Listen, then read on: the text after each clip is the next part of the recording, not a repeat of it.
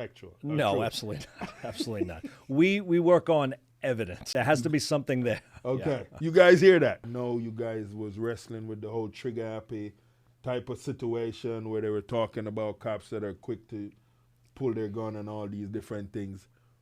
For listeners or the watchers, what could you say to them to help them best understand what is the procedure when you guys are put in a situation where you have to make your best judgment?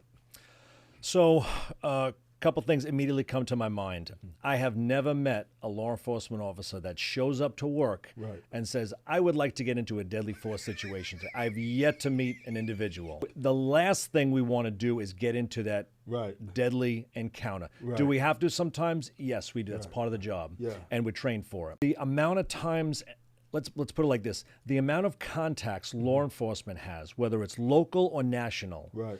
is locally it's hundreds of thousands, nationally it's hundreds of millions or billions, whatever it is. Right. And the amount of times that law enforcement has to use their weapon, Right. like fire a gun at somebody, is Right. extremely, extremely small. Yeah.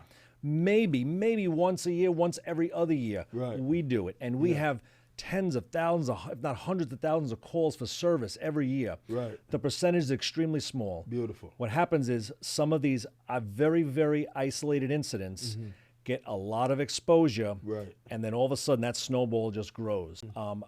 So those two important things is I don't know anybody that shows up to work saying I want to be engaged in this, because it is extremely, it can be extremely traumatic Right. or tragic Right. if you have to actually be in a deadly force situation. Right. And those chances are 0.0000. So I encourage people to do their own homework, but just seek it out, ask a few questions. Yeah.